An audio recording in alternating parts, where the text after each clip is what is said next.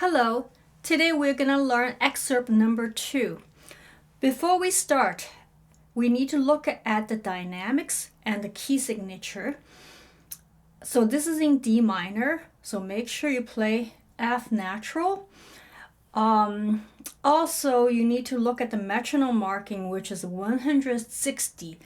To begin with, we're going to try 80 per BPM. Okay.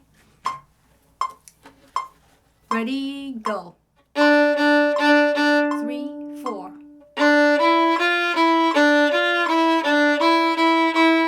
3, 4. 3, 4.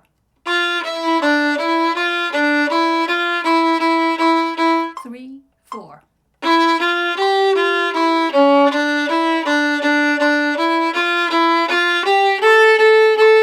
3, 4.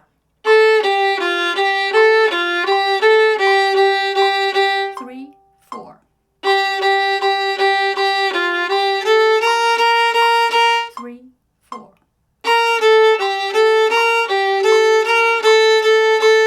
3, 4. 3, 4.